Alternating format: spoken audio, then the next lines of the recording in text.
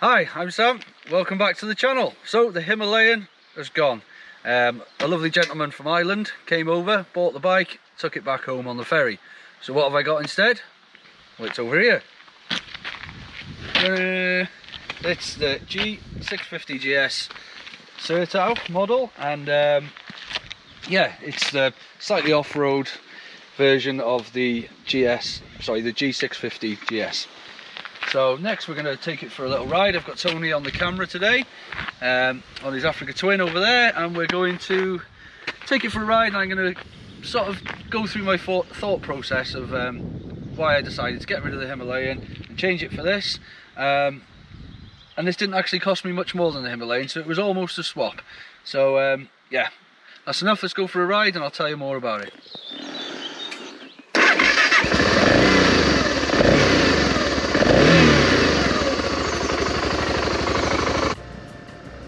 So, why the change of bike? Well, first off, I'd just like to say that I will miss the Himalayan. It took me everywhere that I wanted to go, gave me lots of good times, and plenty of good memories to look back on.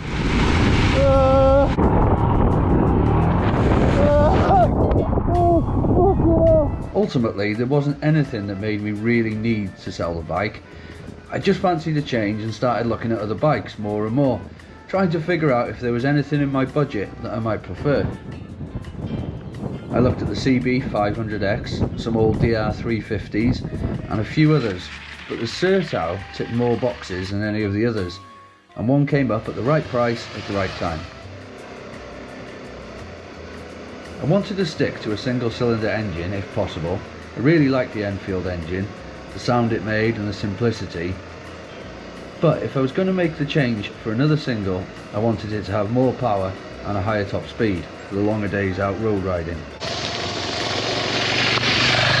The 650 engine in the Sertao has around double the power at about 47 horsepower, and I still get to stick with a single cylinder engine, so that was the first box ticked. The Sertao also has more ground clearance and suspension travel, meaning that on paper the numbers look good for it being able to cope on the rough stuff. So far I've only done a few gravel roads and some very dry grass, and with fully inflated road tyres I haven't pushed it too hard. The only slight drawback that the extra travel and clearance brings is that the seat height is a fair bit higher than the Himalayan. The standard seat, which is fitted on mine, is 860mm or just under 44 inches rather than the 800mm of the Himalayan. So I'm now on my tiptoes with both feet down, but I am getting used to it, so I don't think it's going to be much of a problem.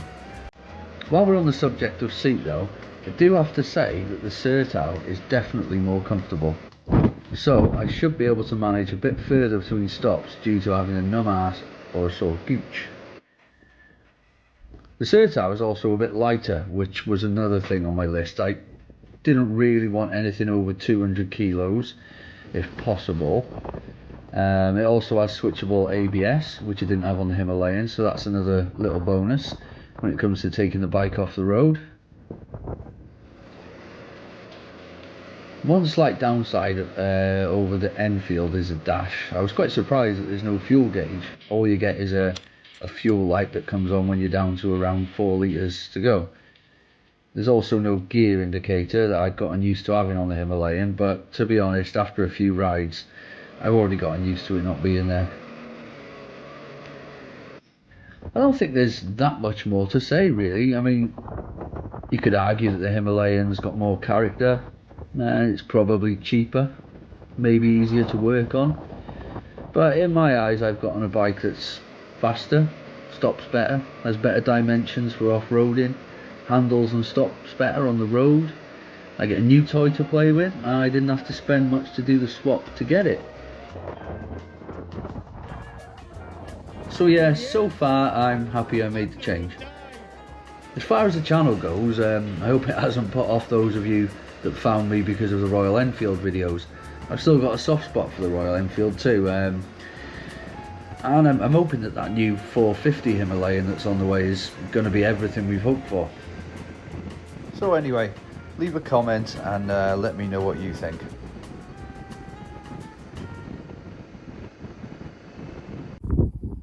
Right, well there we go, that was a nice ride. Yeah, no one died. No one died. I had a new haircut. Check it out, ladies. For the Tonley fans. We've been watching the sunset up there. Romantically. It's beautiful around here, it really is. But there it is. There's the bike. Where is it? There it is. Hope you've enjoyed watching the video of the new bike. And you all come back now, you hear? Seeing me and Tony in action again. Like I've already mentioned, if you did sort of come to the channel because of the Royal Enfield and stuff, I hope it hasn't put you off that I've got this bike, because the adventure's going to be the same, you know, we're still going to be doing the same sort of stuff, going round, have some days out, do some adventures, whatever, we'll see what comes. Right, say bye-bye. Bye-bye. Cheers, see you later. Oh, subscribe and all that as well. Love you. Go on, click us a like.